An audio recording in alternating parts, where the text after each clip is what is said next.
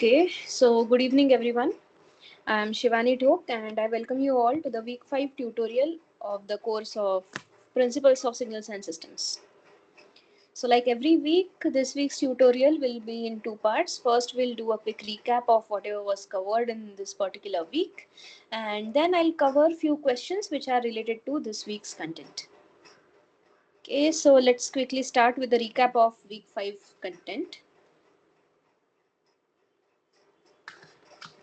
Okay, so in this particular week, we looked at the counterpart of Laplace transform for discrete time signals and systems.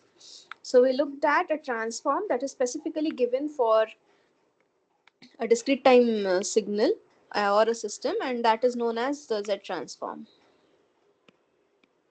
So how is it defined? So a Z transform, let's say you have a discrete time signal x of n, its Z transform is given by x of z, and it is also associated with a region of convergence.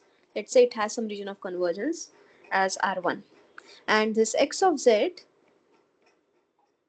it is given by summation n running from minus infinity to infinity x of n into z to the power minus n. Here this z variable, z, is a complex variable, but it is represented in polar form. So its magnitude is r and its phase is given by j omega. Okay, so this is how your your Z transform is defined. We looked at few examples of how to find the Z transform. We'll also look at few examples today, and after that we looked at like similar to Laplace transform, we looked at several properties of your Z transform. So for that, let me define few signals and their Z transform. So let's say I have a discrete time signal x1 of n. Its Z transform is given by x1 of z with region of convergence as R1, and let's say I have x2 of n. Its Z transform is given by x2 of z and its ROC is R2. Then the first property that we looked at was linearity property. So what does linearity property mean or say? It says that if I have a linear combination of signals,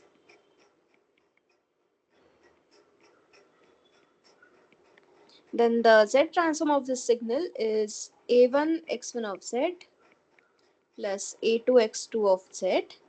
These constants are same, A1 and A2, they don't change. So you get the corresponding linear combination of the Z transform, and your region of convergence becomes R1 intersection R2 at least.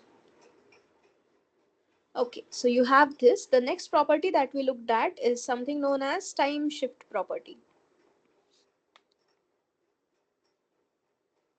So the time shift property says that if I shift the signal in time domain by some n naught,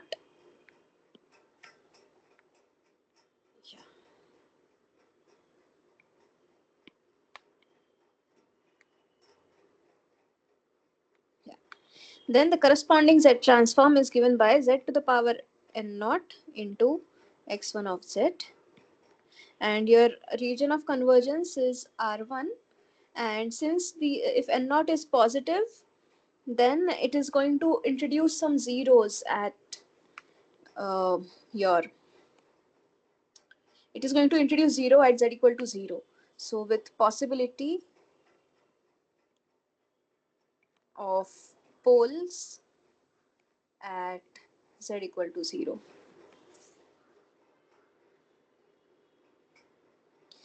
Then we looked at another property which is known as time reversal. So this is the third property that we looked at. So it says that if I reverse or if I consider the signal x1 of minus n, then its corresponding Z transform is given by x of 1 by z. And the region of convergence is T such that 1 by T belongs to the region of convergence of your x1. This is x1 of z. Then we looked at another property, that is multiplication by n. So when you have a signal n into x of n, then the corresponding z transform is given by minus z into d dz of x of z. Then we looked at accumulation property.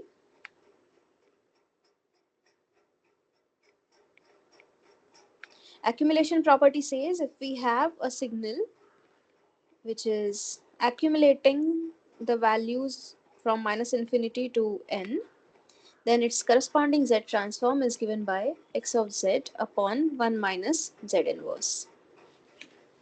Region of convergence will now start to exclude the pole at 1. So there will be a change in region of convergence. So we have to be very careful with that. And the last property that we looked at is the most important property which we'll be using for systems representation, and that is convolution in time. So this is also a property similar to what we had seen in the continuous time signals in the context of Laplace transform. So when we have multiplication of these two signals, convolution of these two signals in time domain, then its corresponding Z transform is given by the multiplication of the Z transforms of these signals. And the region of convergence is at least R1 intersection R2, because there might be some sort of pole zero cancellations. Okay, so these are the properties that we looked at, and after that we started to look at poles, zeros, and properties of ROC. So when you have your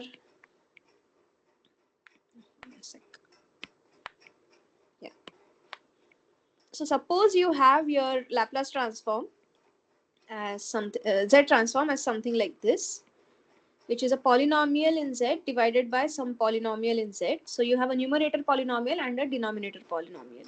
So your poles are solutions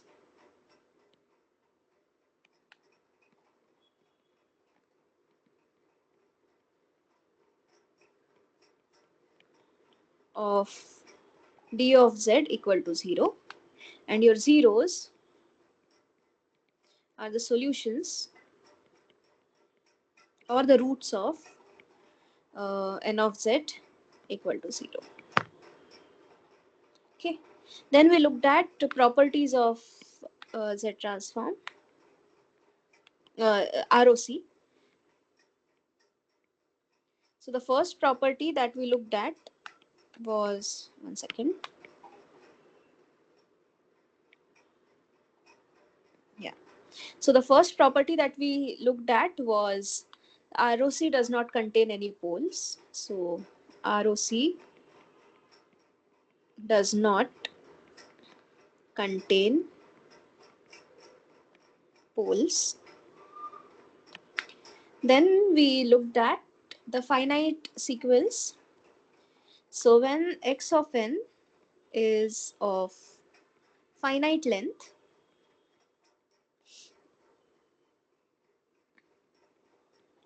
then ROC is entire z plane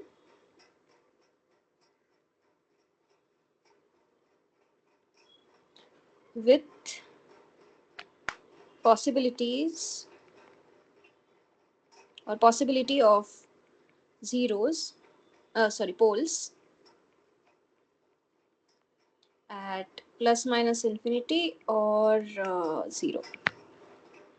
The third property that we looked at was when you have a right hand sided signal or right handed signal,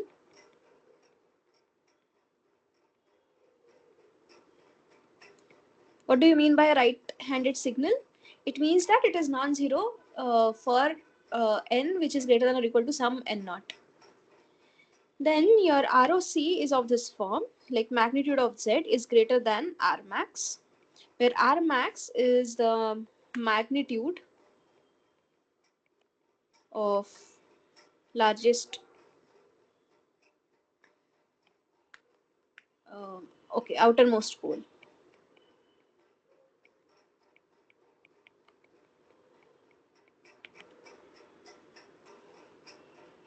So this is basically exterior of a circle. We'll see few examples. Then we have the fourth property, when you have a left-handed signal,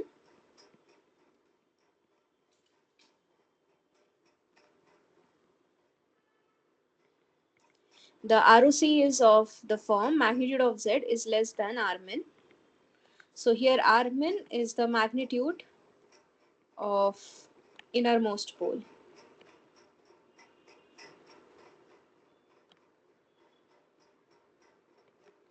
And the last and the last property, when you have two-sided signal,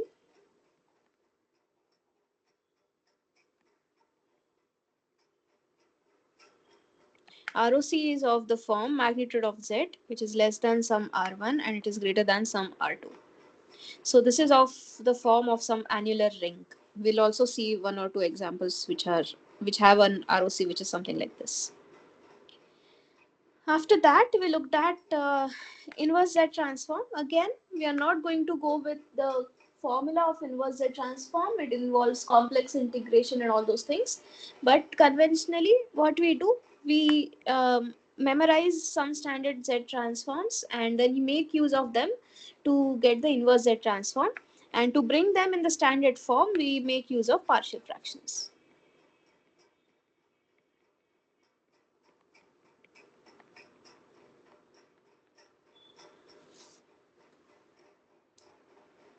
Okay. So this is all about Z transform that we looked at, and then we moved on. So this was all about signals. Then we moved on to look at the Z transform for linear and time invariant systems. So we know that a discrete LTI system, let's say it has an input x of n, and it is completely characterized by the impulse response h of n, and let's say the output is given by y of n.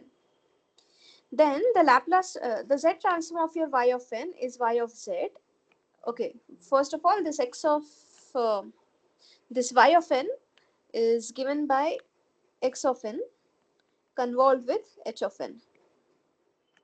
Then this y of z will be given by the Z transform of x of n, that is x of z, into the Z transform of your um, system, that is h of z. This comes from the convolution property. And using this, you get the transfer function h of z as y of z upon x of z. Yeah, and this is your transfer function.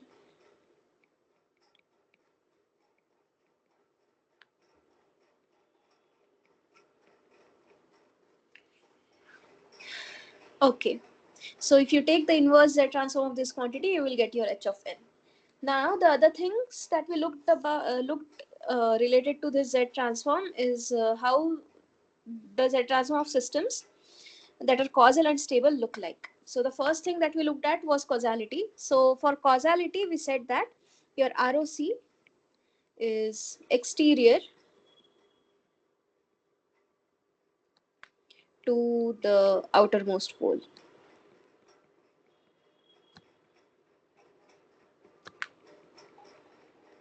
So how does that look? So focus on these two figures here. So for when you have an LTI system and if you have a causal system, so we know that for a causal system, your h of n is 0 for all the values of n that is less than 0. Which means that for a causal system, your ROC is your h of n is a right-handed signal. So because of that, we saw the property that for a right-hand sided signal, your ROC is magnitude of z greater than R max. Now you see this z, we saw that it is in polar form. So when you say magnitude of z is less than, or let's say greater than some r, it means that this radius, this magnitude r, will be greater than some R max. And this r is what it is. If you have a z plane, when you have a z plane, and when you are plot on the x axis, you have real part of z, and on the y axis you have, let's say, imaginary part of z, then this distance r, this value z is basically characterized by this r and this angle theta. So r is nothing but the r is nothing but your radius of this circle. Okay, so since it is a right hand sided signal, the ROC will be exterior to the outermost pole. So it will be something like this, outside the outermost circle. Similarly, here also it is outside the outermost signal. When you have a non-causal system, it can be either of this form, that is completely interior to the innermost circle, something like this, or it, in case you have a double-sided signal, then you can have ROCs something like this, which are in the, what do we say, annular ring forms. Then for stability, the condition that we have is your unit circle, that is R equal to 1, should be included. This should be included in your ROC. These are the conditions for your stability and causality. So the top, all these ROC examples that you have on the top, in all of these cases, your unit circle, this dashed circle, is included in the ROC. Therefore, all of these systems correspond to stable systems. Whereas these three systems these three ROCs that we have here, in all of these, the unit circle is excluded. It's not there in the ROC, and because of that, the systems or the corresponding systems are unstable. So that's all that was covered in this particular week. If you have any questions, then let me know. Otherwise, I'll move on to the questions that I have planned to cover.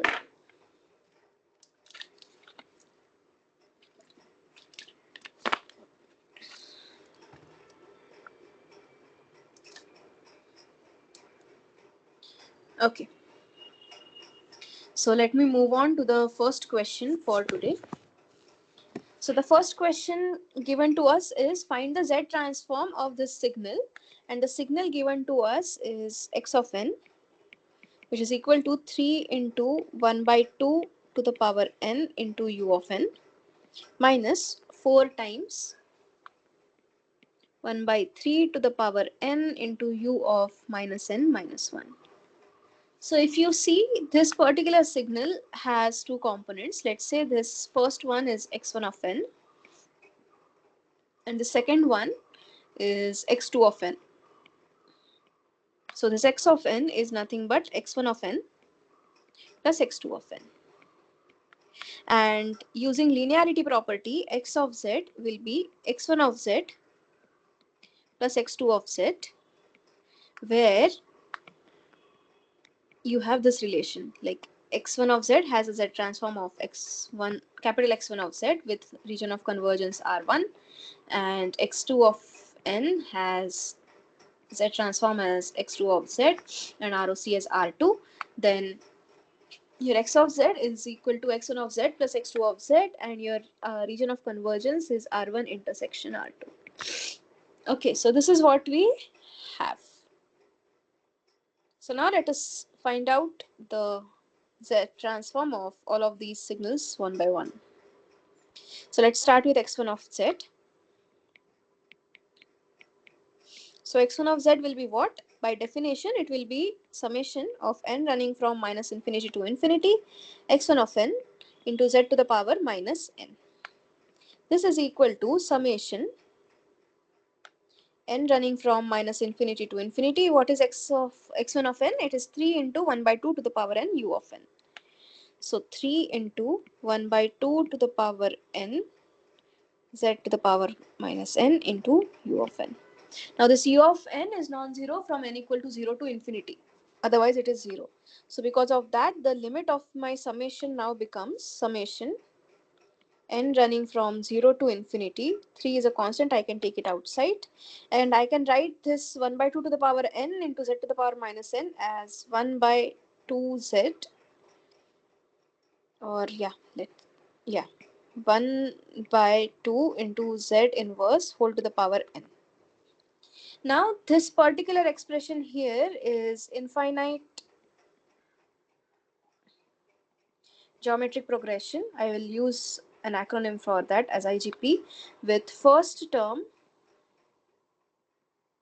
as 1 and common ratio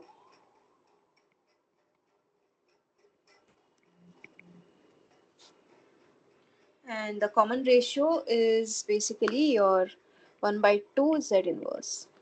So now this infinite geometric progression, if it converges, it will be given by 1 upon 1 minus 1 by 2 into z inverse. And this is true when your common ratio, that is magnitude of your common ratio, that is 1 by 2 z inverse, is less than 1. Or in other words, your magnitude of z is greater than half. Okay, so this is the ROC, this is your R1.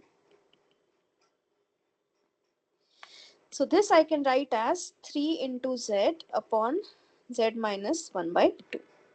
So this is the value, this is your x of z, x1 of z. Now let us find out your x2 of z.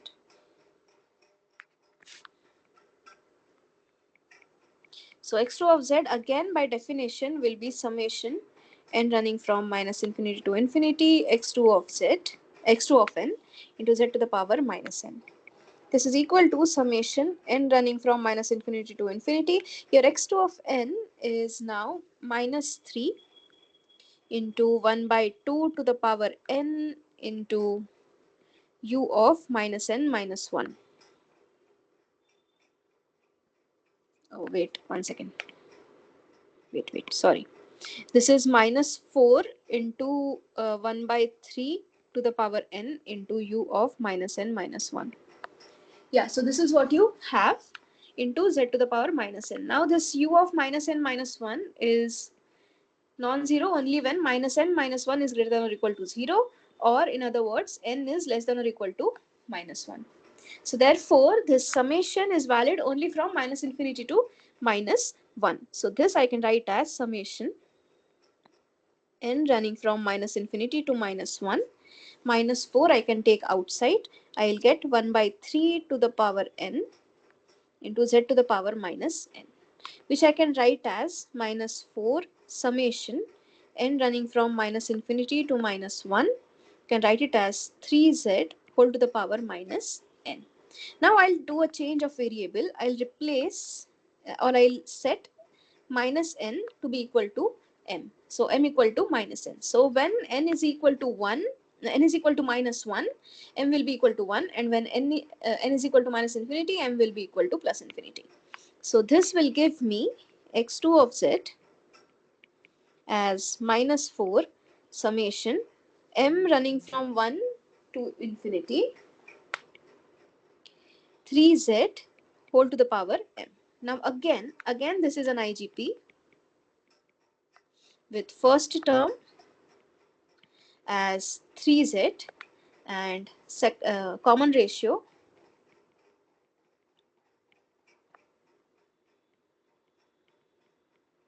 again as 3z. So when it converges, this will be given by minus 4 into 3z divided by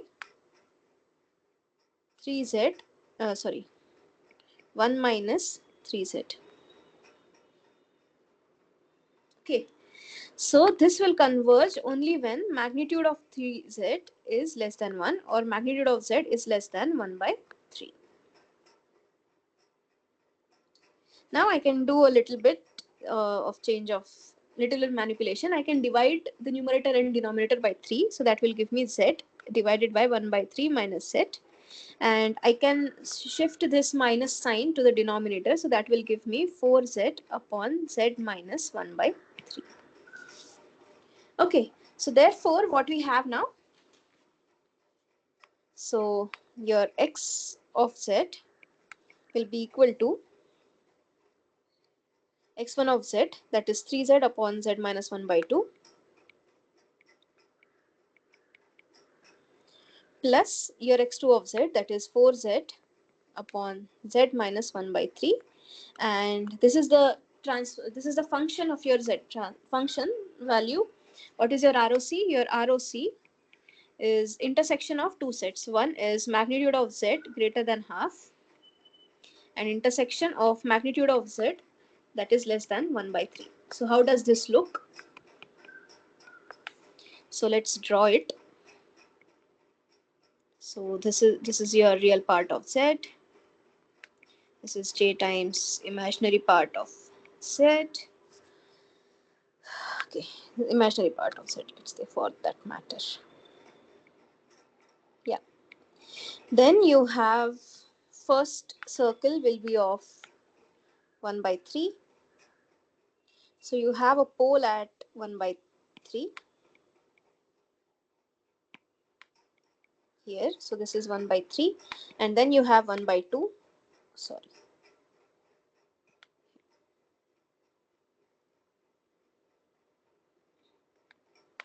Something like this.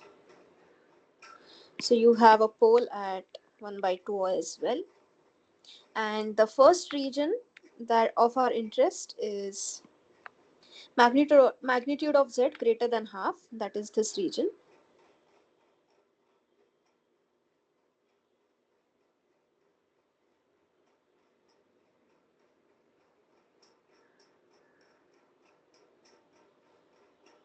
And the second region that of our interest is magnitude of z less than 1 by 3. So it is this region.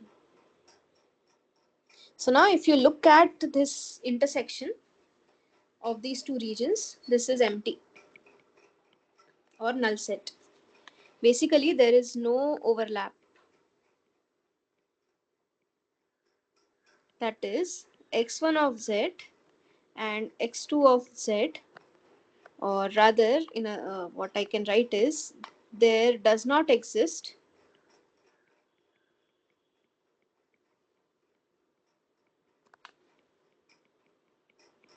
any value of z or any z such that x1 of z and x2 of z simultaneously converge.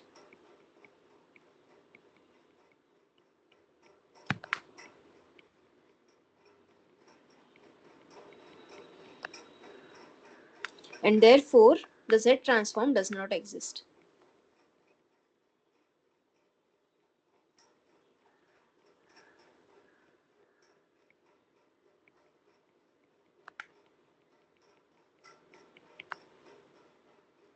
Okay. So this was the first example where the z transform does not exist. Now let us try to take up another example in which the region of convergences get flipped. So how does that look? Okay, before going ahead, do you have any questions in this particular part?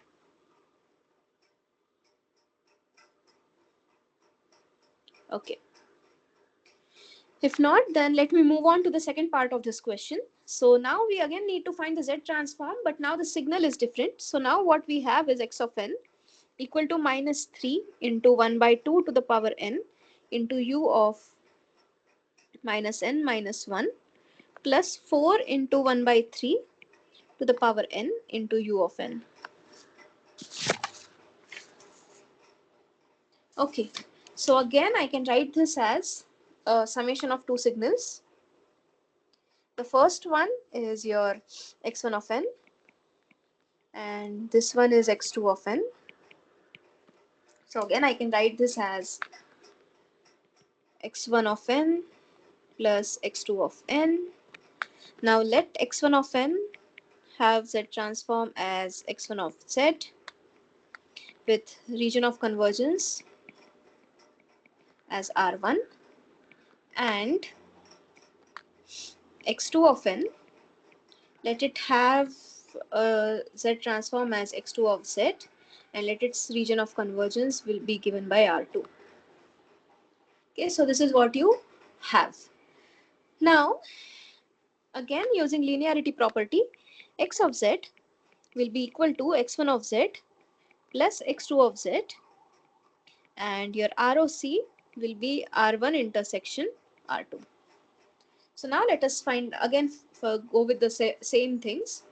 Let us find out x1 of z and x2 of z. So your x1 of z will be summation n running from minus infinity to infinity.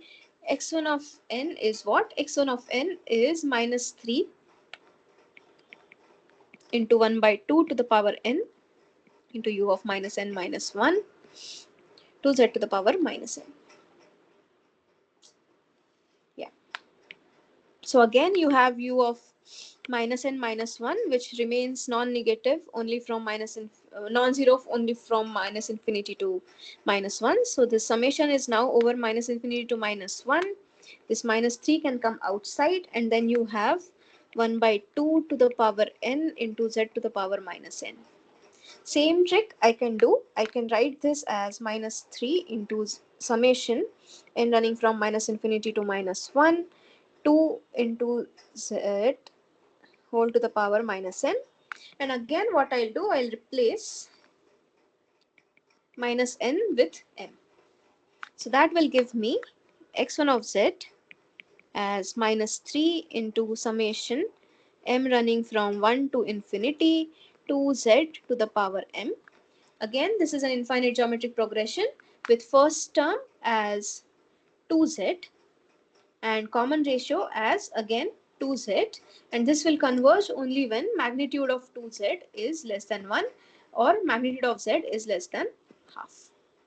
Again, I'll divide numerator and denominator by 2, and I'll also suck in the negative sign in the denominator. So that will give me 3z upon z minus 1 by 2 with region of convergence as magnitude of z less than half.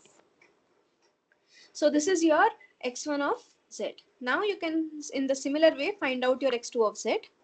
So x2 of z, it is given by, it will be given by summation n running from minus infinity to infinity. Your x2 of n is 4 into 1 by 2 to the power n.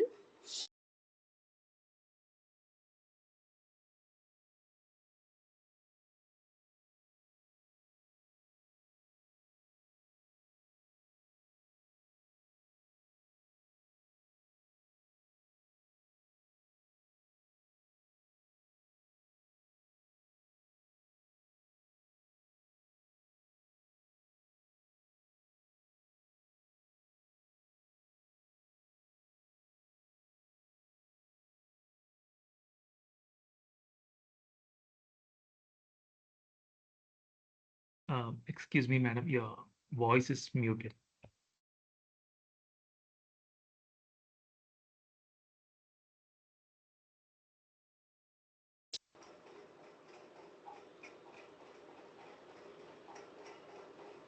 Hello, am I audible now? Yes, madam. So whatever I said till now, you were not able to listen anything? No, the explanation, like still just 2, 3 steps only. Before that, we were able to hear everything. Okay, great. Okay, yeah, thank you. Thank you for this. Okay, let me open transcript.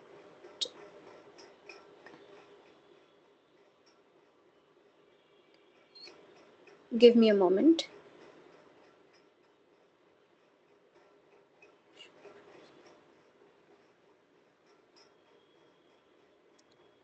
Yeah, okay. So now we are finding out the Z transform of the second signal, that is x2 of n. So x2 of n is 4 into 1 by 3 to the power n into u of n. So what I have done is simply substituted x2 of n here. So that is 4 into 1 by 3 to the power n into u of n into z to the power minus n. This is your x2 of n into z to the power minus n. Now this u of n will make the limits of your summation from n equal to 0 to infinity, and this is what you will get. And after that I can simplify this as this summation to 4 into summation n running from 0 to infinity 1 by 3 z inverse whole to the power n. Now this quantity is again an infinite geometric progression with first term as 1. So this will be equal to 4 into 1 divided by 1 minus the common ratio. What is common ratio? Common ratio is 1 by 3 z inverse. So 1 by 3 z inverse. So this is equal to 4z upon 1 by z minus 1 by 3, and this will converge only when magnitude of 1 by 3 into z inverse is less than 1 or magnitude of z is greater than 1 by 3. So now you have x of n, you have x1 of z, you have x2 of z. So now we can obtain x of z. So x of z is equal to your x1 of z plus x2 of z. This is equal to, so your first term x1 of z was 3z upon 1 z minus half. So this is 3z upon z minus half plus your x2 of z was 4z upon z minus 1 by 3. So this is 4z upon z minus 1 by 3. And your region of convergence will be R1 intersection R2. So how does your region of convergence look? So this will be basically R1 was what? R1 was your magnitude of z less than half,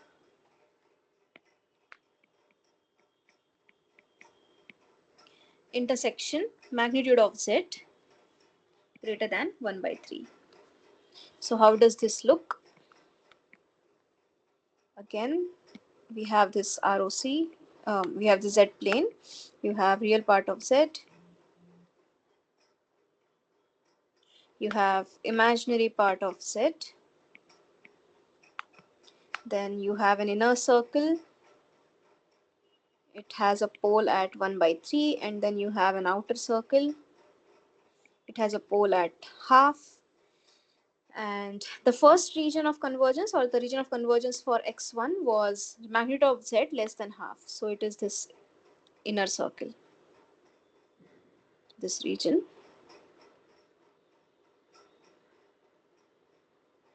And your ROC for the second signal was magnitude of z greater than 1 by 3, so this is outside this.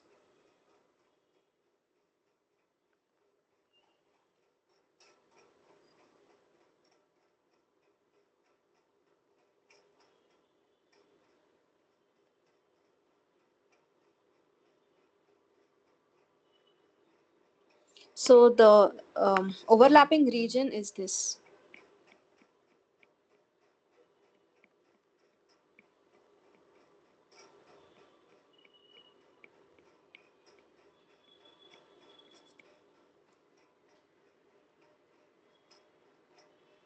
Okay, so your region of convergence is magnitude of z that is less than half but greater than 1 by 3. So this is your ROC.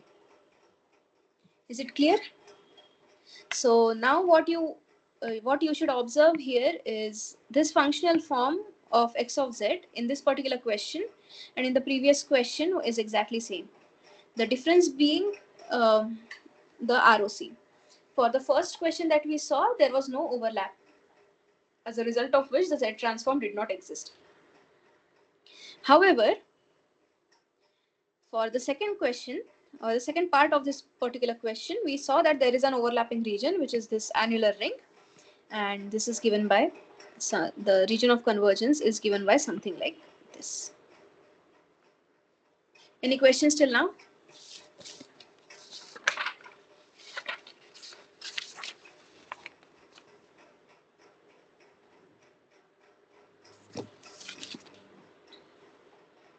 Okay. If not, then let me move on to the next question. So the next question here says that find the Z transform of x of n equal to sine of omega naught n u of n. So you have x of n as sine of omega naught n into u of n. I can write it as e power j omega naught n minus e power minus j omega naught n whole divided by 2j into u of n. So then your x of z becomes summation n running from minus infinity to infinity. Your x of n is e power j omega naught n minus e power minus j omega naught n whole divided by 2j into u of n into z to the power minus n.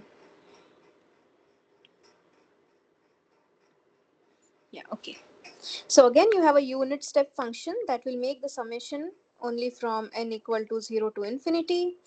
And then what you can do is you can essentially break this particular summation into two summations. The first one being 1 by 2j summation n running from 0 to infinity e power j omega naught n into z to the power minus n minus 1 by 2j summation n running from 0 to infinity e power minus j omega naught n into z to the power minus n. Okay. Now the first summation I can write as 1 by 2j summation n running from 0 to infinity e power j omega naught z inverse whole to the power n And the second summation I can write as minus 1 by 2j summation from n running from 0 to infinity e power minus j omega naught into z inverse whole to the power n. Now the first summation that we have here, it is an infinite geometric progression. It's an infinite geometric progression with first term as 1 and common ratio as 1 minus e power j omega naught z inverse. Now this will converge only when magnitude of e power j omega naught z inverse is less than 1, or your magnitude of z is greater than magnitude of e power j omega naught, that which is equal to 1. Similarly, your second summation here, that will converge, or that will be it is also an infinite geometric progression with again first term as 1, but the common ratio is different. It is e power minus j omega naught into z inverse. The second summation will converge when e power minus j omega naught into z inverse is less than 1, or your magnitude of z is greater than magnitude of e power minus j omega naught, which is again equal to 1. So both of these summations converge when your magnitude of z is greater than 1. So therefore, they have an overlapping region, or rather they have exact same region of convergence, both of these summations. So now we'll further simplify this particular summation or value.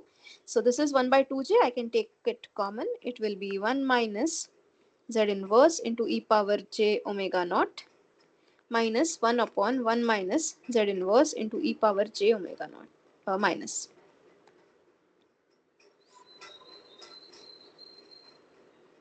I can cross multiply. That will give me 1 by 2j into 1 minus z inverse into e power minus j omega naught minus 1 plus z inverse into e power j omega naught whole divided by, I'll have 1 minus z inverse into e power j omega naught plus e power minus j omega naught minus z to the power minus 2.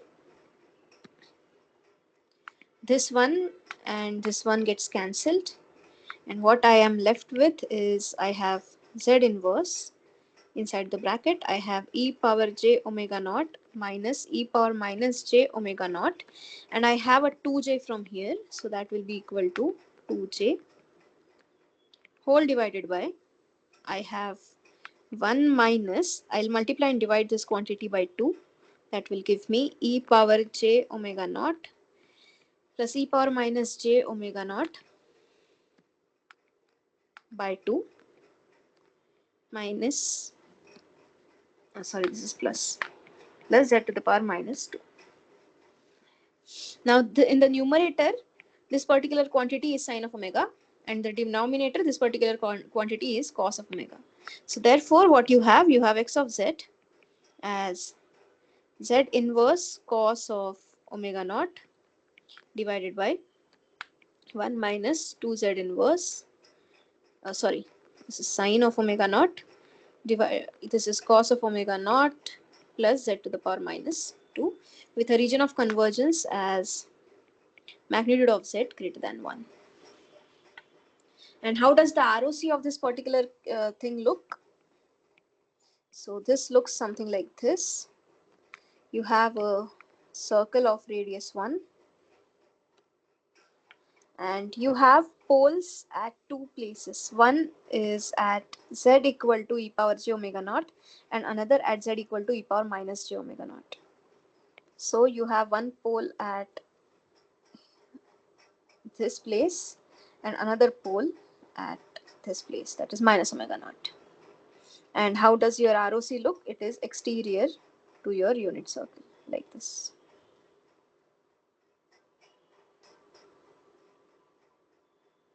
Okay. I hope this is clear. Any questions?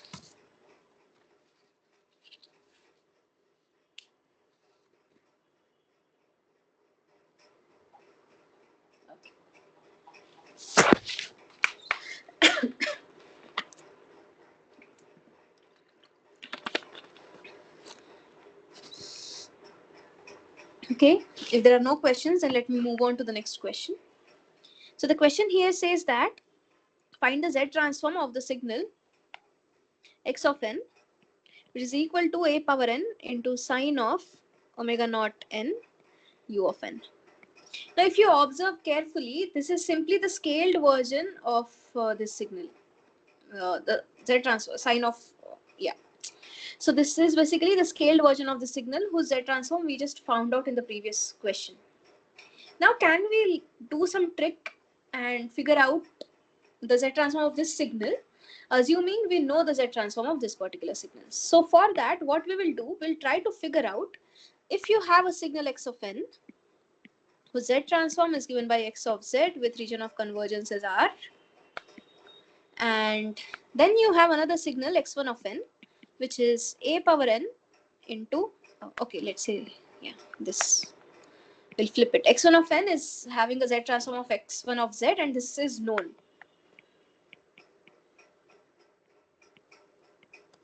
Okay. And now you are given another signal x of n, which is a power n into x1 of n, and we want to find out its Z transform and its ROC.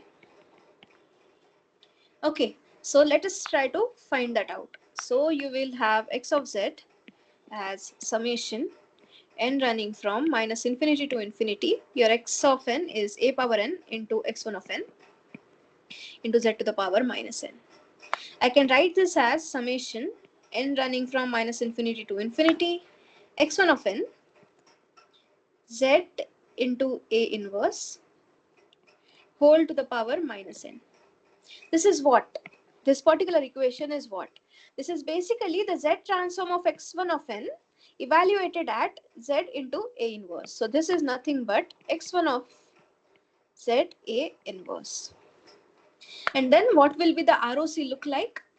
The ROC will look such that your magnitude of z a inverse should belong to your region of convergence of your x1, that is R1.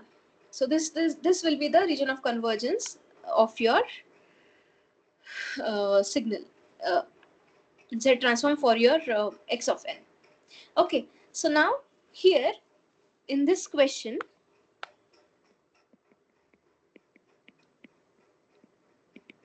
your x1 of n is sine of omega naught n u of n.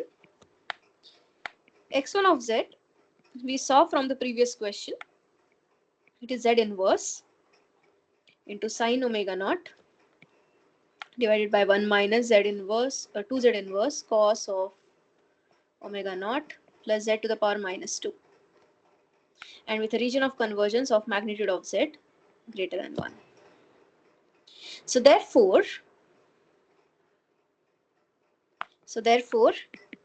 x of z will be x1 of a inverse z. So this is equal to a, so wherever you find z, you replace it by a inverse z. So a inverse z inverse sine of omega naught divided by 1 minus 2 times a inverse z to the power minus 1 cos of omega naught plus a inverse z whole to the power minus 2. So this is nothing but a z inverse sine omega naught divided by 1 minus 2az inverse cos of omega naught plus a square z to the power minus 2. And now your region of convergence will be what? Your region of convergence will be such that your magnitude of z inverse a, za inverse is greater than 1, or in other words, your magnitude of z is greater than a. A is some positive quantity, or let's say it's some real number, so greater than magnitude of a. Is it clear?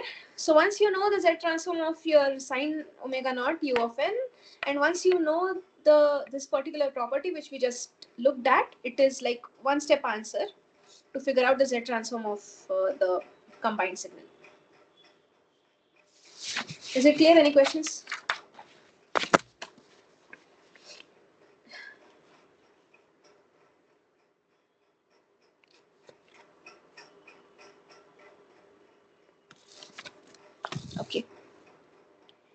not, then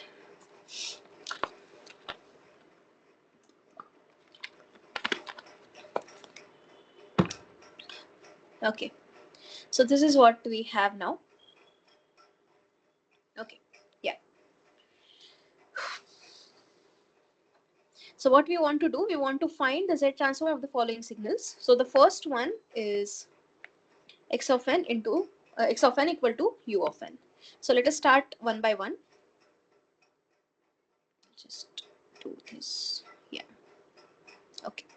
So x of z is summation n running from minus infinity to infinity u of n into z to the power minus n, which is equal to summation n running from 0 to infinity, u of n is 1 in that range, z to the power minus n. So this is an infinite geometric progression with first term as 1 and common ratio as z inverse, which this will give me z upon z minus 1.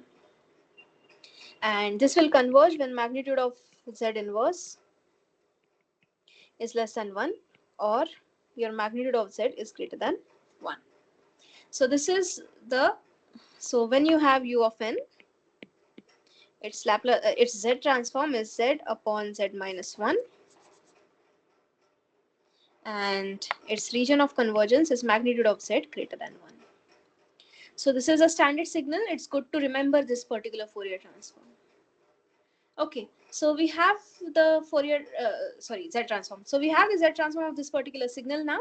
The next thing that we need to look at is the second part of this question, in which you need to find the Z transform of x of n, which is equal to n square u of n. Okay, so now instead of finding the Z transform with the formula, what we'll do, we'll write this as n into u of n. So what we can do is, we can now apply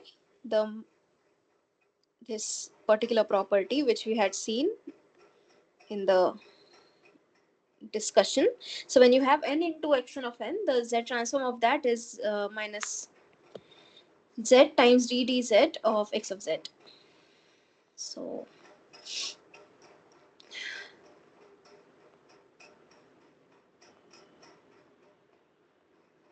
okay, so you have n into u of n.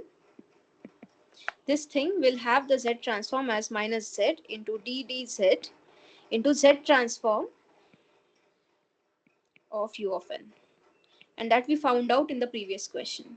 So this will be equal to minus z d dz of z upon z minus 1.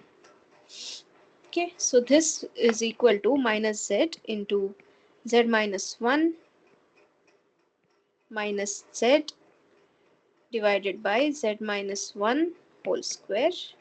This comes out to be equal to, this gets cancelled, so this is z upon z minus 1 whole square with a region of convergence as magnitude of z greater than 1. That doesn't change. So we have the Z transform for n into u of n. Now what we'll do the same thing with n square u of n. This is n into n u of n. This thing will have the Z transform as minus z into d dz of the Z transform of n into u of n.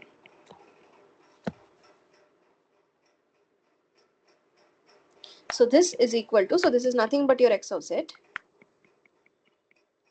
So your x of z is minus z d dz of this quantity, that is z upon z minus 1 whole square. So this becomes minus z into z minus 1 whole square minus 2 times z minus 1 whole divided by z minus 1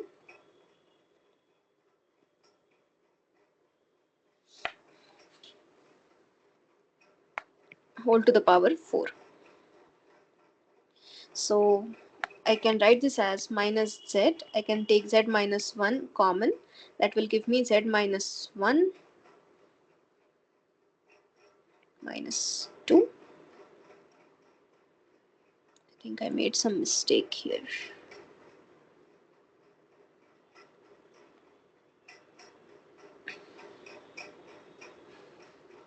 Yeah, there is a z here, sorry, minus 2z whole divided by z minus 1 whole to the power 4. This gets cancelled and I have minus z into minus z minus 1 whole divided by z minus 1 whole cube. That will give me z into z plus 1 divided by z minus 1 whole cube. And again, the region of convergence is magnitude of z greater than 1. There is no change in that. You are just adding more poles at z equal to 1, and you have added a 0 at z equal to 0 and z equal to minus 1. So this is the Z transform of your desired signal, that is n square into u of n, which you have just found out with the help of the properties of Z transform instead of using the summation or the basic definition of Z transform. This simplifies the things. It simplifies how to find out the Z transforms. Okay, so now let's quickly move on to the next part, the third one. So in the third one, you have x of n as n into a to the power n minus 1 into u of n. This I can write as 1 by a into a power n multiplied by n into u of n. Okay, so now just focus on this particular part. So n into u of n, we saw that this particular thing has a Z transform of Z upon Z minus 1 whole square with region of convergence magnitude of Z greater than 1. Okay, and we have seen a property that a power n x of n or x1 of n has a Z transform as x1 of a inverse Z, and region of convergence is such that magnitude of A's inverse Z belongs to the original region of convergence, let's say R1. This property we had seen in the previous question. So we'll again make use of this so that we get the Z transform of A to the power n into u of n. So the Z transform of this will be nothing but, you'll have to replace the z's in this by A inverse Z. So you will get A inverse Z divided by A inverse Z minus 1 whole square, such that A inverse Z is magnitude of this is greater than 1, or rather magnitude of this is greater than magnitude of A. So therefore, what you get now? So you get x of z. So there is 1 by a hanging around here. We haven't taken into account that. That is equal to 1 by a into a inverse z divided by a inverse z minus 1 whole square. I can write this as 1 by a. So this is 1 by a square z upon z minus a whole square whole divided by a square. So this is nothing but z upon z minus a whole square with region of convergence as magnitude of z greater than magnitude of a. Is it clear? Any questions? So all of these questions, or particularly this, all the two parts of this particular question, we solved using properties of Fourier Z transform instead of using the basic definition. So we knew how to figure out the Z transform of u of n, that is the simplest part, and we knew the property. So instead of finding the Z transform of n square into u of n with that summation, or n into a to the power n minus 1 into u of n, using the summation, it's better to go with the properties.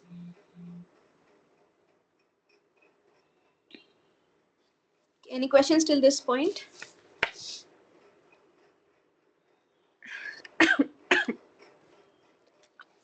Oh, no, madam.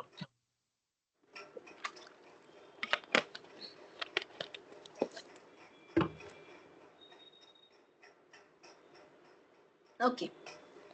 If there are no questions, then let me move on to the next question. So first question, okay, the question here says that find x of n if the Z transform function is given by 3z to the power 2 plus 2z.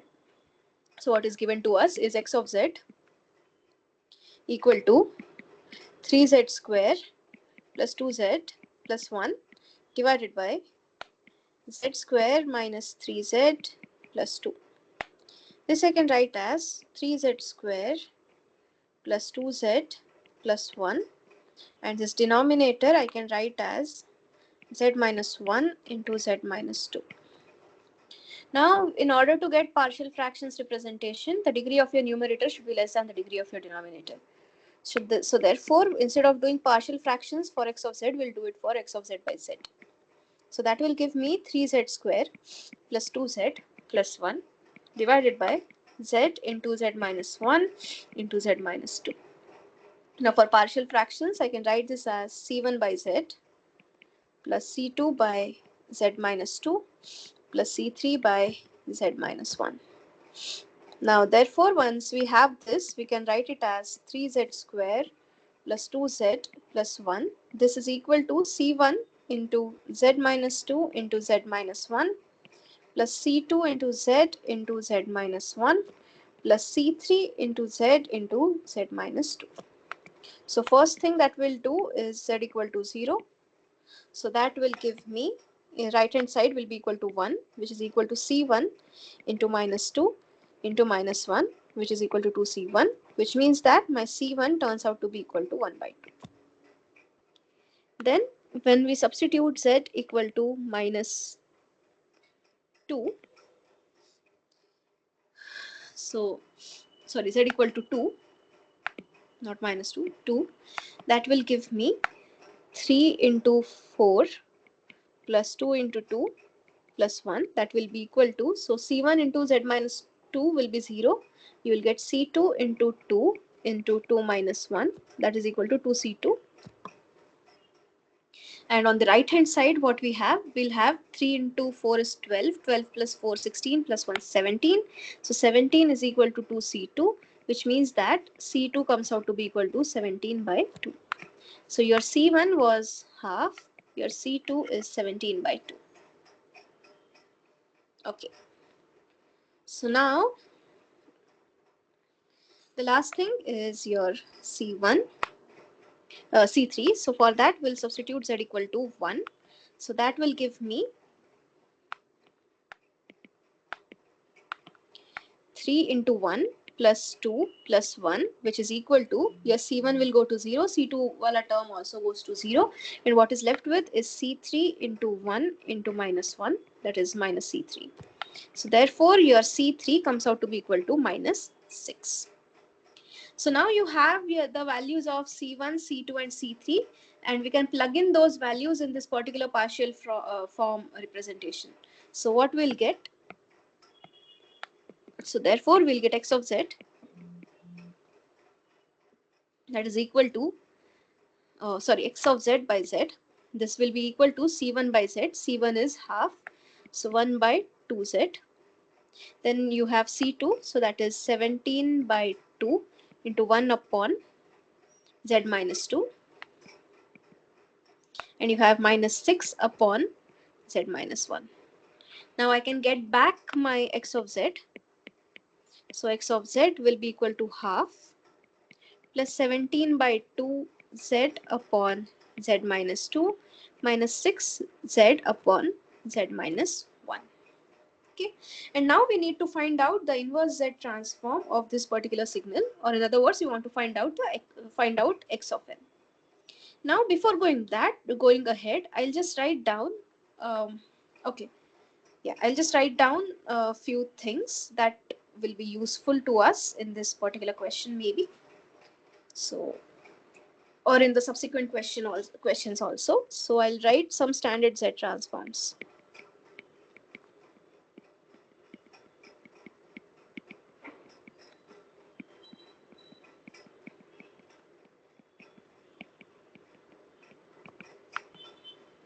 So the first one is, you have your unit impulse. This thing has a Z transform as 1, and your ROC is entire Z plane.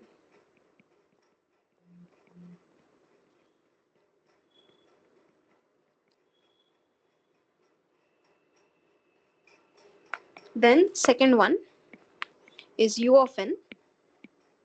This has a Z transform of Z upon Z minus 1. ROC is magnitude of Z greater than 1. We have its counterpart, that is minus U of minus n minus 1.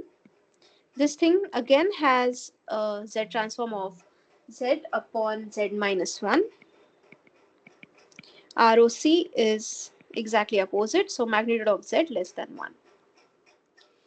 Then we'll move on to the exponential signals, that is a power n into u of n.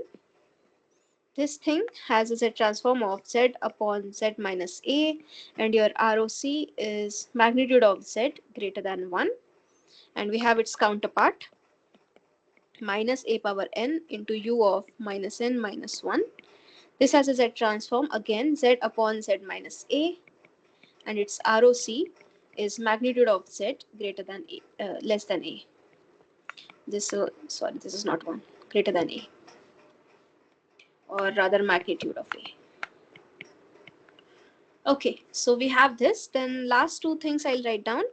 The first one is of cos of omega naught n u of n. This we saw in the class. So this is Z inverse cos of omega naught divided by 1 minus 2Z inverse cos of omega naught plus Z to the power minus 2. Give me a moment.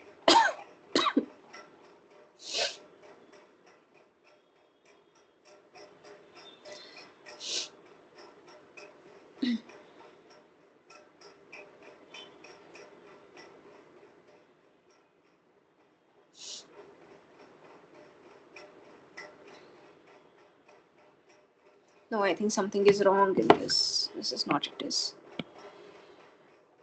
Wait a minute.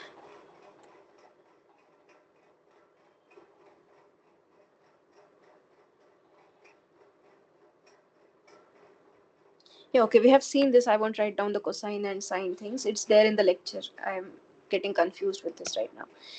It's standard. Yeah. Yeah, it's standard. We have done it in the class. It's okay. And sine we have seen today. Okay, so anyway, for today's class, this is what we are going to use. So based on that, let us go back to what we have. So we have magnitude, rather x of z as half plus z, 17 by 2 z upon z minus 2 minus 6 z upon z minus 1. So what is the ROC given to us? Or rather, what we have here is, let's say, real part of z, imaginary part of z. We have two poles. We have a pole at z equal to 2 and z equal to z equal to 1. So therefore, your ROC will be governed only by these two poles. So one first pole that you have is of z equal to 1. And the second one that you have is of z equal to 2, like this.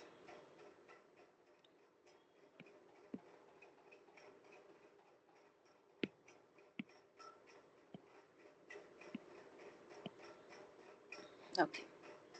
Yeah. And the ROC given to us for this particular question is magnitude of z less than 1.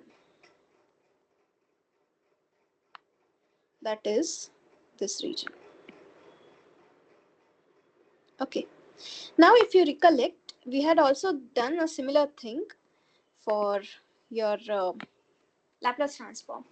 So you can write this signal as a summation of three parts. So you can write this as x1 of z, x2 of z, and then you have x3 of z.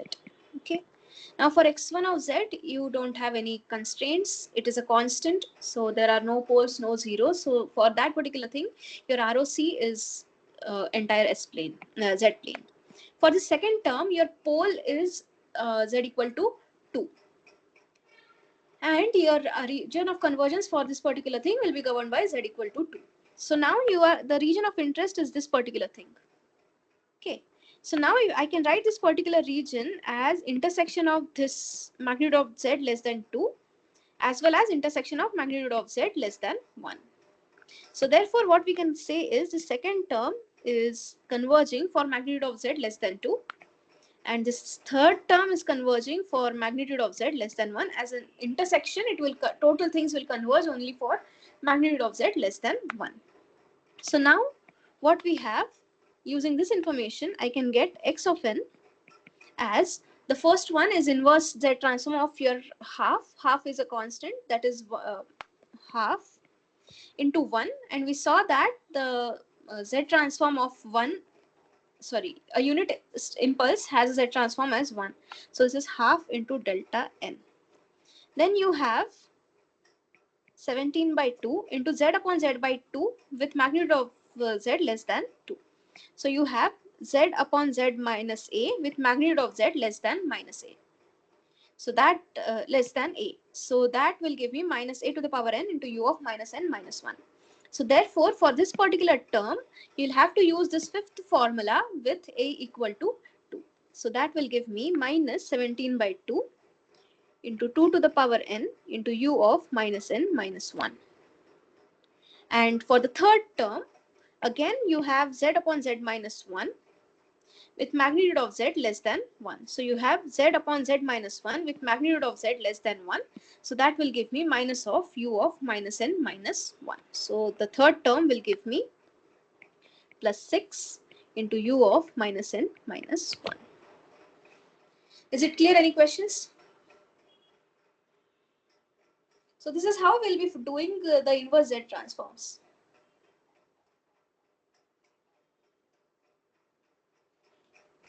Okay, so let's move on to the next question. So now you are given x of z as the same quantity, that is 3z square plus 2z plus 1 divided by z square minus 3z plus 2. But now the region of convergence is different. So I have this ROC here, and now the region of convergence given to me or given to us is magnitude of z greater than 2. That is this entire outside region.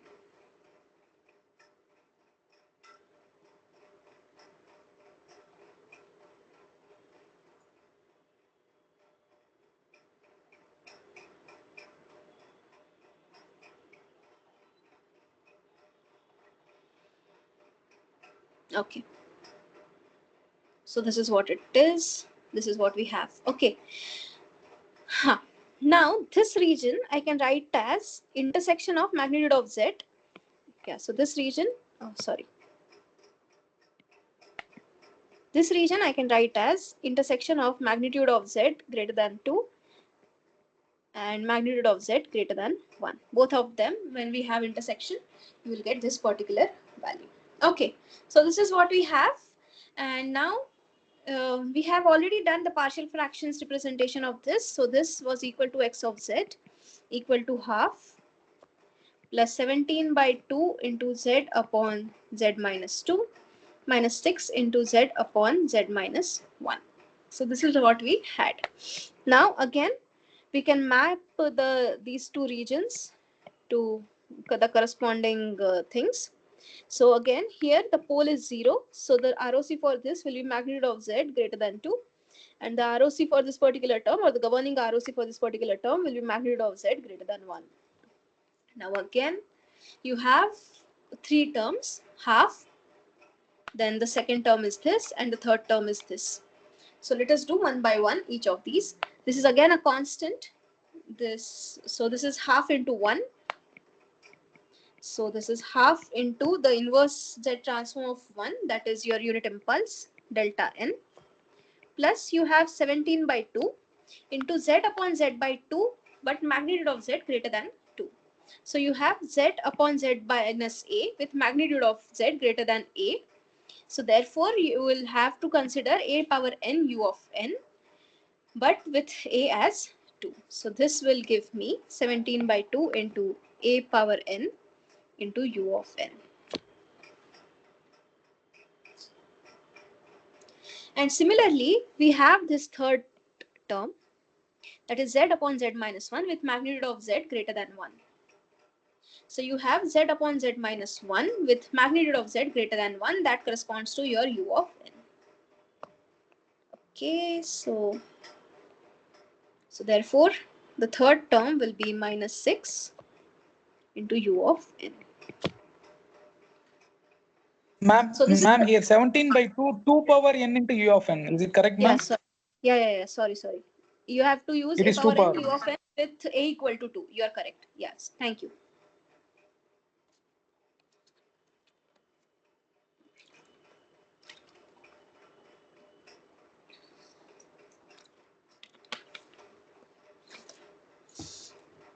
Yeah. Okay.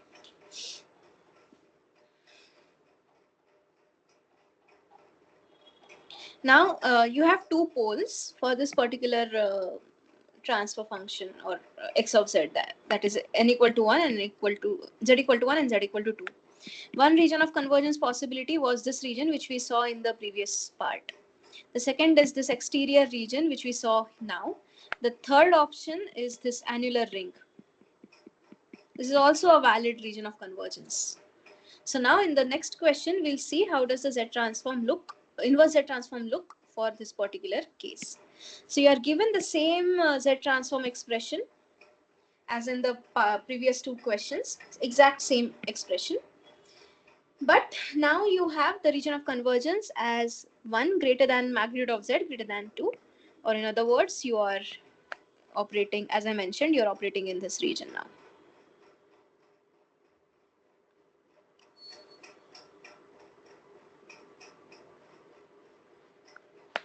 So this region, whatever is given to us, that is magnitude of 1 less than magnitude of Z less than 2, I can write it as intersection of two regions, one being magnitude of Z greater than 1, that is it will be this region.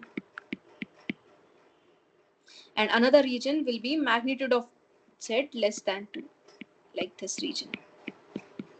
So the only overlapping region will be that highlighted green one.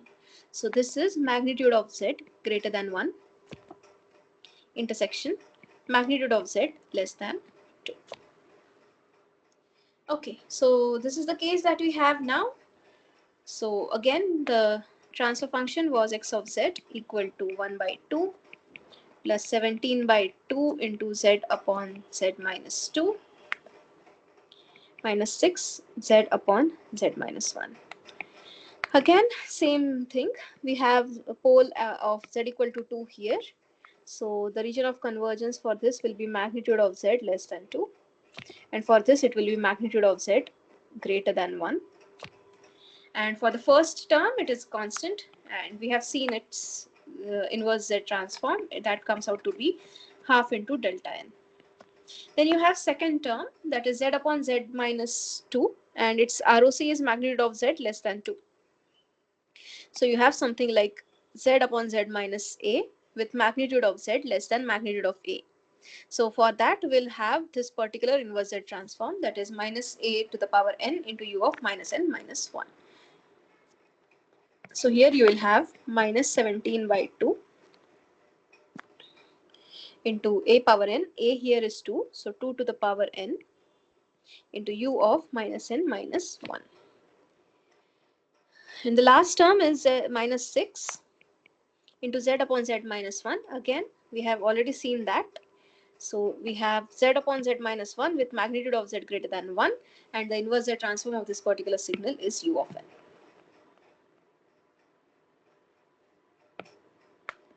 So this will be minus 6 into u of n. So this is the inverse Z transform for this particular choice of ROC. Okay, any questions till this part? No, madam.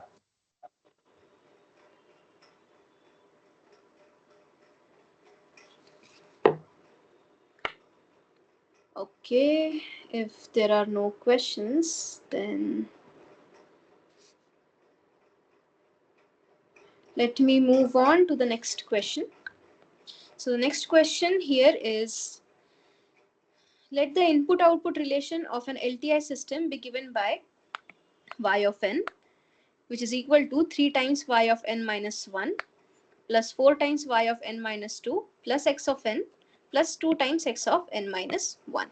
So what is given to us? We are given y of n, it is equal to 3 times y of n minus 1 plus 4 times y of n minus 2 plus x of n plus 2 times x of n minus 1. And what we need to find out is we need to find out the impulse response h of n.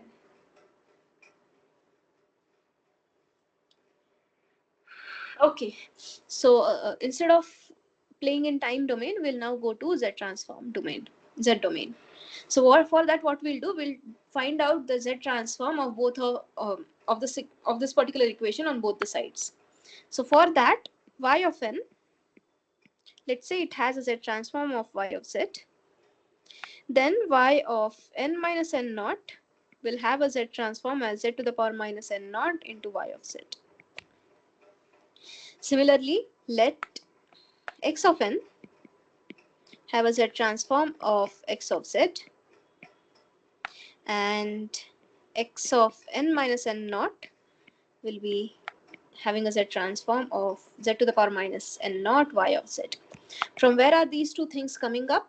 This is coming from time shift property.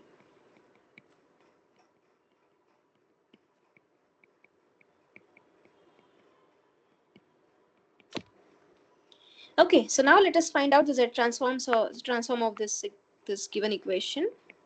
So we are finding the z transform here on both the sides. So that will give me y of z is equal to 3 times z transform of y of n minus 1. So here your n naught is 1. So that will give me z inverse into y of z plus 4 times y of n minus 2 will have a z transform as z to the power minus 2 y of z plus x of n has a z transform as x of z plus 2 times x of n minus 1 will have a z transform as z inverse x of z. Now what I'll do, I'll take collect all the terms corresponding to y of z on the left hand side. So that will give me y of z inside the bracket 1 minus 3z inverse minus 4z to the power minus 2, and that is equal to x of z into 1 plus 2z inverse. So therefore, the transfer function h of z, which is equal to y of z divided by x of z, will come out to be 1 plus 2z inverse whole divided by 1 minus 3z inverse minus 4z to the power minus 2. Now I can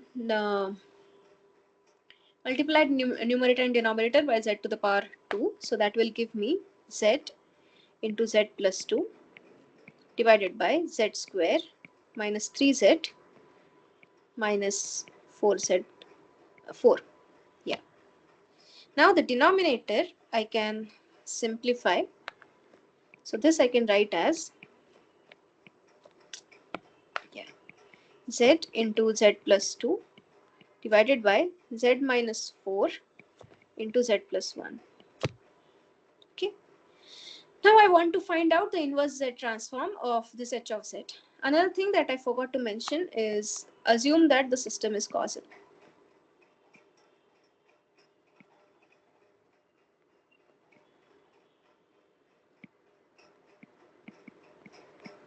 Yeah, we'll do only work with causal systems right now. Okay, so now again we'll have to do the partial fractions representation of this particular thing. For that, we'll write h of z by z, which is equal to z plus 2 upon z minus 4 into z plus 1. So I can write this as c1 upon z minus 4 plus c2 upon z plus 1. So that will give me z plus 2 equal to c1 into z plus 1 plus c2 into z minus 4. First thing, z equal to minus 1. That will give me minus 1 plus 2, that is 1, which is equal to c2 into minus 1 minus 4, that is minus 5 c2. So that will give me c2 equal to minus 1 by 5. Yeah. And the next one is z equal to 4. That will give me 4 plus 2 is 6, which is equal to c1 into 5, which means that c1 comes out to be equal to 6 by 5. So therefore, I can plug in the values of C1 and C2 in this particular expression. So that will give me h of z by z, which is equal to C1, that is 6 by 5 into z minus 4, minus minus 1 by 5 into 1 upon z plus 1.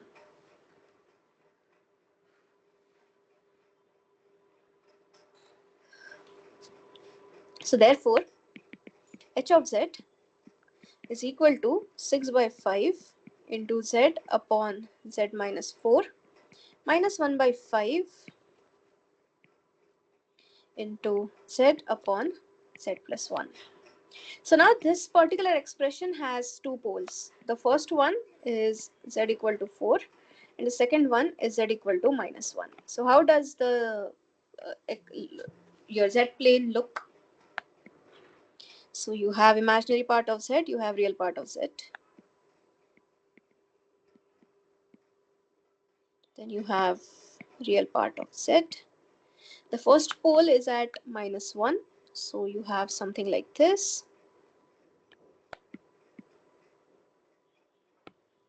You have a pole here and the other pole is at z equal to 4.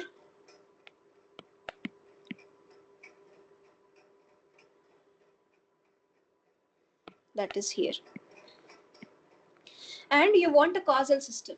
And we have seen the properties of causal system. We said that for a causal system, the region of convergence should be exterior to the circle corresponding to your outermost pole. So your region of convergence should be something like this.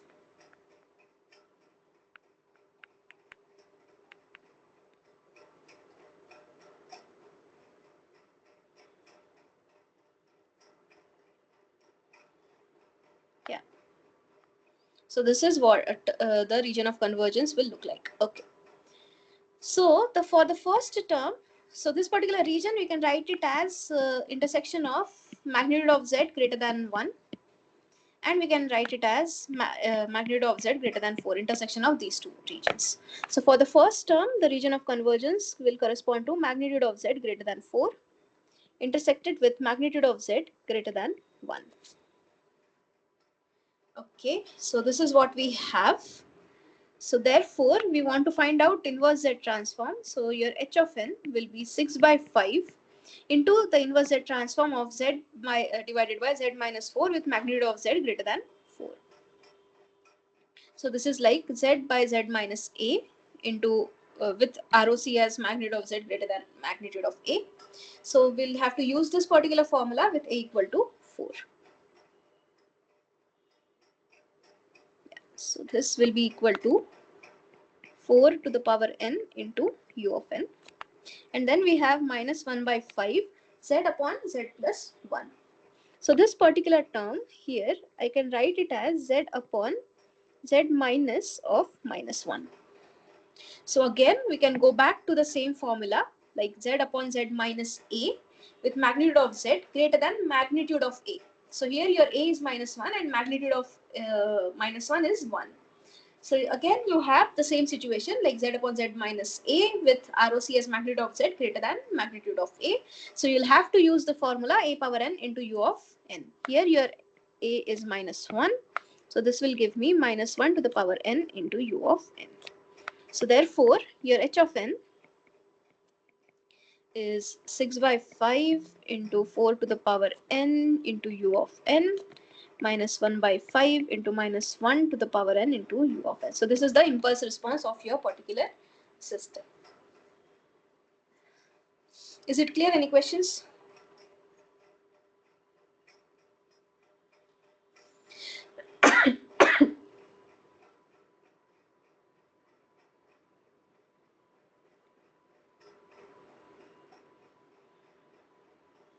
Okay. If there are no questions, then give me a minute.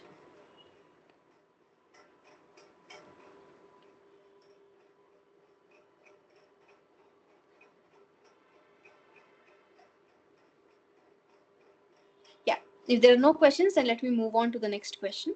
So the next question here says that which of the following systems are causal and or stable or none? So the first system that is given to us is h of z, which is 1 minus z square minus 5z to the power minus 7. So the impulse response or the inverse z transform of this particular signal h of n will be equal to inverse z of 1 is delta n. Then you have z square. So what happens with z square? So you can use the property delta n minus n naught will have z to the power minus n naught as the z transform. So now for z to the power 2, your n naught is minus 2. So you will get minus delta n minus of minus 2. So that will be n plus 2 minus 5 delta n minus 7. So this is essentially a sequence which looks something like this. At n equal to 0, you have 1. At n equal to minus 2, you have 1. And then this is 0, this is minus 2, this is 1, 2, 3, 4, 5, 6, 7. At n equal to 7, you have minus 5. Yeah, sorry. Something like this. So this is a finite length sequence.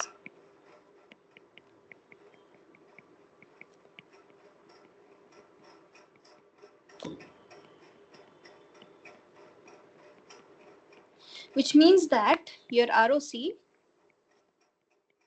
is entire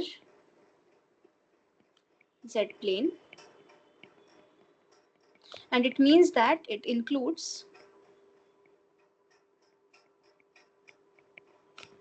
unit circle, which means that this particular system is stable.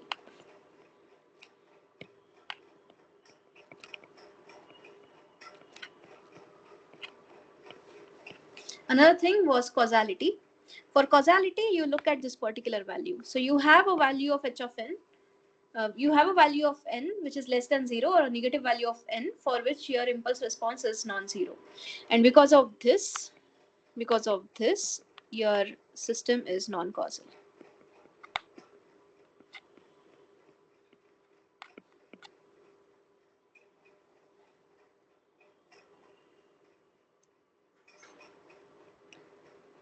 So you have something at n equal to minus 2 that makes it non-causal.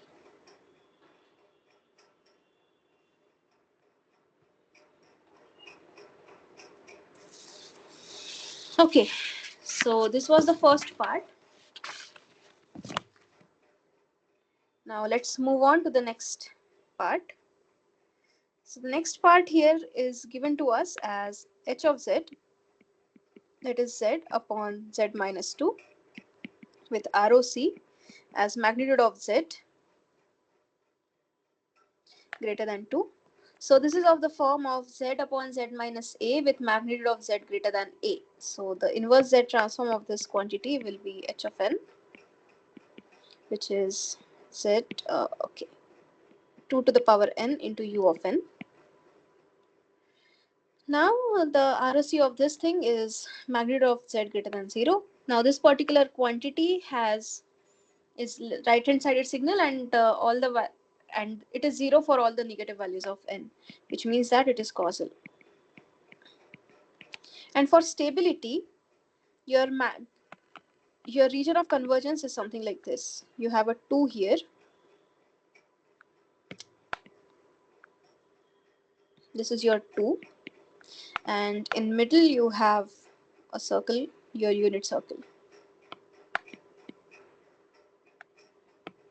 Yeah, here. And your region of convergence is exterior to this thing. This is your region of convergence, which means that unit circle is not included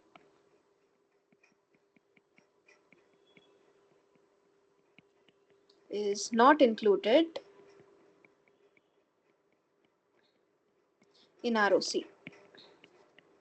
which means that this system is unstable.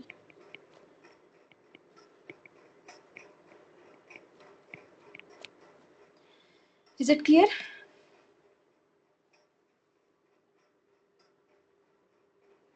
Yes, madam. Yeah.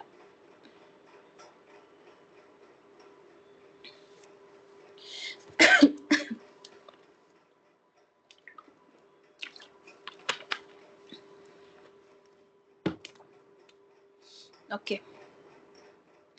Then let us move on to the next part. So for the next part, we have h of z as z cube upon z minus 2. Now we can write this as z square into z upon z minus 2, and your ROC is magnitude of z greater than 2. Now if you just look at this part, z upon z minus 2 with magnitude of z greater than 2, this was exactly the question that we looked at in this particular thing. So this has an inverse z transform as 2 to the power n into u of n. Now this is, let's say, your x of n, x1 of n, or for that matter, let's say h1 of n. Now we know that h1 of n minus n naught will give me a z transform as h1 of z into z to the power minus n naught. So that is exactly happening here. So here your h1 of z is z upon z minus 2, and your n naught is 2, which means that for this particular signal, your n naught is 2, which means your h of n will be basically h1 of n minus of uh, n naught is minus 2, sorry, not 2, minus 2 plus 2. So this will be equal to 2 to the power n plus 2 into u of n plus 2. Now what do you have now? So your impulse response h of n is 2 to the power n plus 2 into u of n plus 2. Now this particular quantity is non-zero only for n greater than or equal to minus 2, which means that there exists an n which is less than 0 for which h of n is not equal to 0, which means that there is some future dependency, and therefore this particular system is non-causal.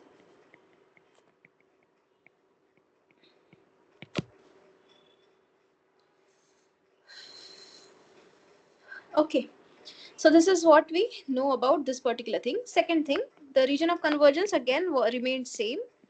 It is magnitude of z greater than 2. So this is exactly the same region of convergence that we saw in the previous question. Again, the unit circle is not included. So the unit circle is excluded from ROC, which means that this particular system is unstable.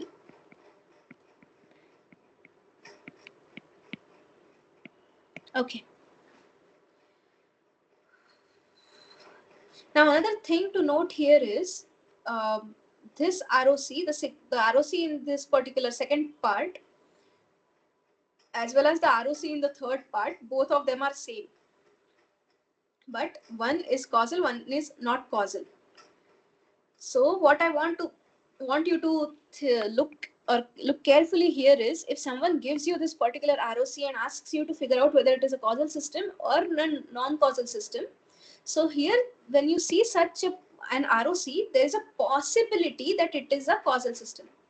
However, if you get a signal which is some sort of shifted version of that particular original causal signal, then you may not be having a causal system. So you can't always say that when you have an ROC of this particular form, let's say exterior of the outermost pole, circle is corresponding to the outermost pole, the system will be always causal. No, you have to be very careful while looking at those things. That was the main reason of taking these two examples.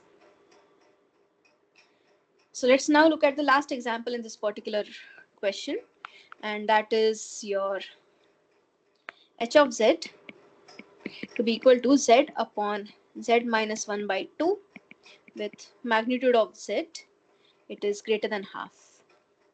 So again, this is like z upon z minus a with magnitude of z greater than magnitude of a. So this will have the inverse z transform as h of n, which will be equal to half to the power n into u of n. Now again, this particular thing is non-zero, or rather it is h of n is 0 for all values of n less than 0, and therefore this is causal. And how does the ROC look for this particular question? So you have, let me add a page. Yeah. So you have this thing, then you have a circle corresponding to half.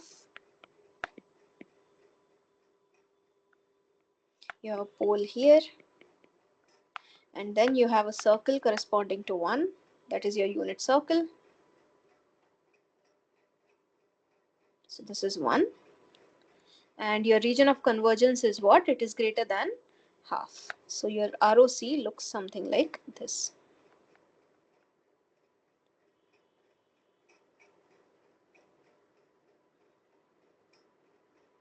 So clearly your unit circle is included in ROC, which means that this particular system is stable.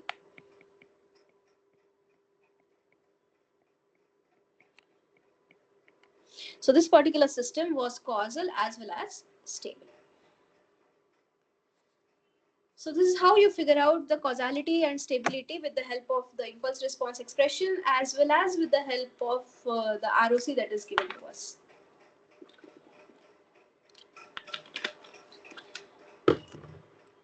Any questions till this point? No, madam. Yeah.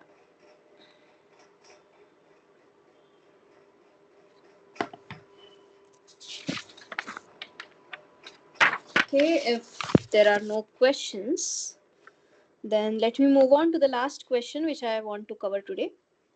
So the question given here is, it says that you have a signal x of n, and let's say its z transform is x of z with region of convergence, let's say R1. And now what you want to do is you want to find out the z transform of the signal, let's say x1 of n, which is x conjugate of n. Then what is the z transform of the signal, and what is its corresponding region of convergence? Okay, so we now want to find out, this is the conjugate property, like complex conjugate property. Let me write it down. This is complex conjugate property.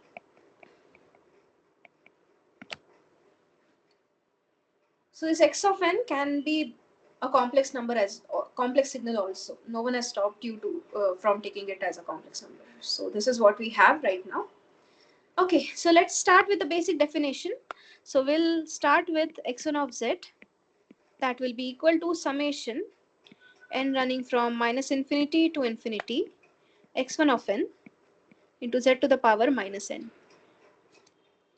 Now what we have, x1 of n is equal to x conjugate of n. So therefore I'll get summation n running from minus infinity to infinity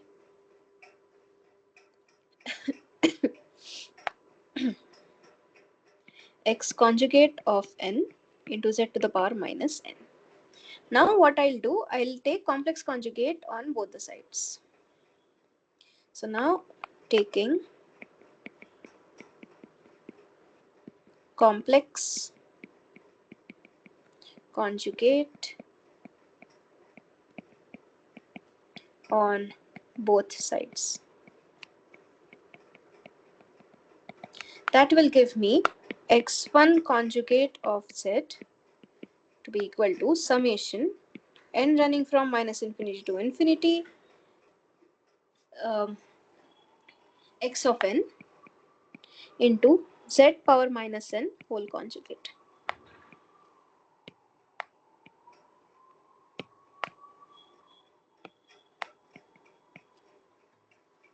Okay, so then this I can write as summation n running from minus infinity to infinity x of n into z conjugate whole to the power minus n. So this is what this particular expression is. What this is nothing but z transform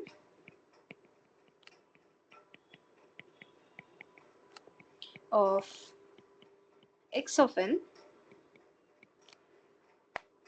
evaluated at z conjugate. Okay, so this is essentially x of z conjugate. But now what we have done, we have found out x conjugate of z, x1 conjugate of z. We are interested in x1 of z. So let's take again the complex conjugate. So therefore x1 of z will be equal to x conjugate of z conjugate. Okay. Now what is the region of convergence? Region of convergence will be all those values of z for which this particular value is finite. Or in other words, your z conjugate should be included in the region of convergence of your R1. So you can write the ROC as all the values of z such that z conjugate belongs to the region of convergence of the original signal.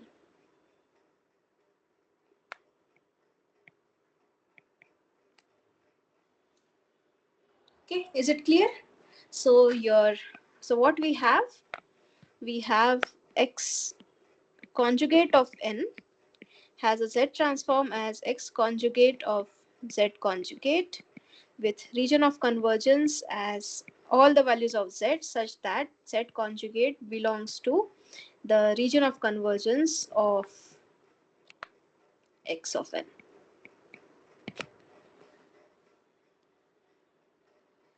So this is your complex conjugate property. Any questions? Any questions in this particular part or any other part that I have covered today? Feel free to ask. So this is all I wanted to cover today.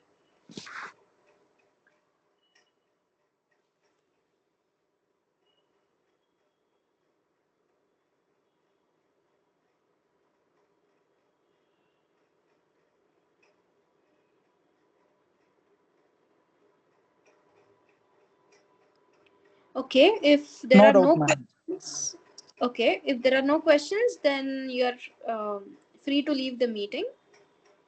This is all I wanted to cover today. Thank you for attending today's session. I'll be here for a few minutes. If you have any questions, then you can stay.